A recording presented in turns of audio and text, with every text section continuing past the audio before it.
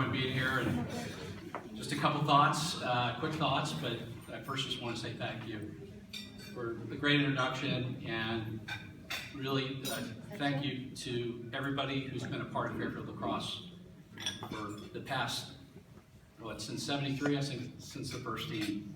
It was a tremendous honor to come to Fairfield, and I just first want to thank all the players who've made Fairfield their choice throughout the years, because it's only because of you guys that we're here today, and we're chasing top 20 rankings every year, and we're chasing the NCAA tournament berth every year.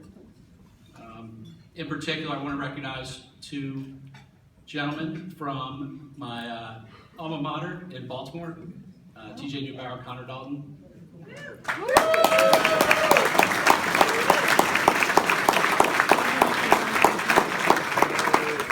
We Dons, we stick together. It really was a proud moment when I saw the announcement that you guys were coming here. So thank you for making Fairfield your choice, and all the best in your senior seasons. At the head table, I just want to recognize my parents who sent 3 out of 4 Coyles to Fairfield. The outlier.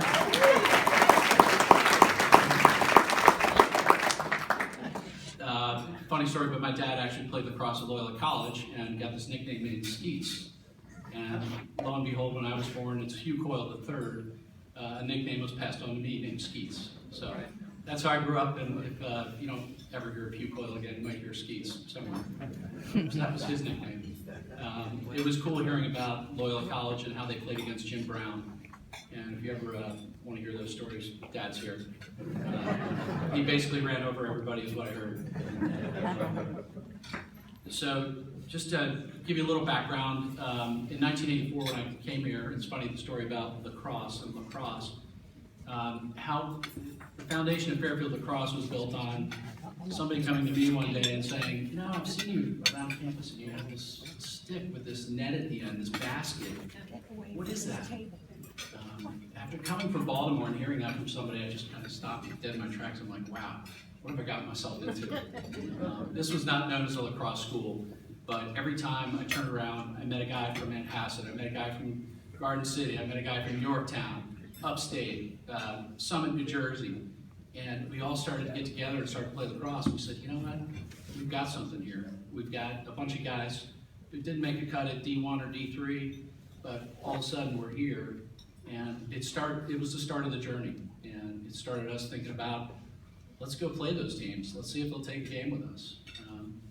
Neat part was April 2nd, 1988, I remember the date, because I was president of the club that senior year, and the president of the club had to arrange reps, arrange to get the field line, arrange to get the goals teed up. You had to do everything. You also had to make cold calls to coaches of D1 and D3 teams and say, how about a game? And a lot of them, I got hang-ups, which was a foreshadowing of my career in insurance. Frankly, so I learned how to deal with that at a young age. But I did get this call, and I pass along the story because it's pointed in wherever you guys are playing this year. You're going to come across a team that just says, "Yeah, come on up." He said, Connecticut College. He says, "Come on up. We could use a W to start the year." So with that, we went up there on a beautiful April day and kicked their butts. The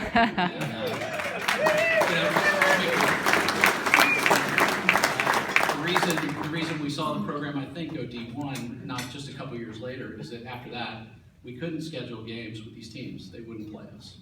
They didn't want to be beaten by a club. So that was, that's how it started, and that's why I went varsity as quickly as it did.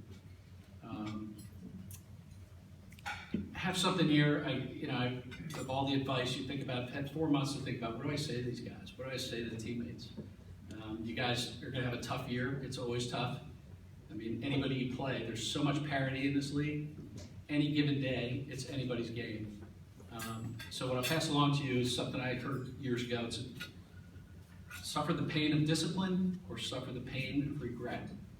And as you're going through your studies and you're getting all this time in the gym, you're going to the weight room, you have the 6 a.m. practices, it's going to suck.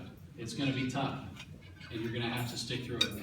So What you don't want to have happen is in that fourth quarter of that big game, whether it's against Denver or UMass Minutemen or Towson Tigers, whoever you come across, you want to have that gas in the tank. So I urge you to have that discipline. Like you said, if you have to pass up that party at the beach to stay a little more disciplined, it's worth it. It's worth it. Finally, I'll leave you with a thought. A little while after college, I took off on a surf trip. A surf trip that went a lot longer than my parents wanted. I went through Australia and Hawaii, and I had a great time in Australia. Learned to become a great surfer, or a competent surfer, if you will. I ended up in Hawaii, almost broke. My traveling companion had torn his ACL surfing, and I ended up in Hawaii with a huge swell, 10, 15 feet. A pro surfer had died the day I got there. And I'm asking myself, what am I doing here? And if any of you guys have any doubts about your abilities, I'll pass on this story, because I went to a surf shop, was looking for a board. I just told him my story. I said, out of money, I don't know if I can handle these waves. It's just huge. He's like, you've been on the road for 6 months. You've been surfing in Australia, these other places. He goes, but now you're in Hawaii, and you're going to turn your back? He says, got to tell you. He says, that was a nice trip, but this is your trip. And for you guys, this is your trip. So I wish you all the best. Get after it, get those loose balls. Overall, be men for others, and believe that anytime you step on that field, you're the world beaters. Thanks so much.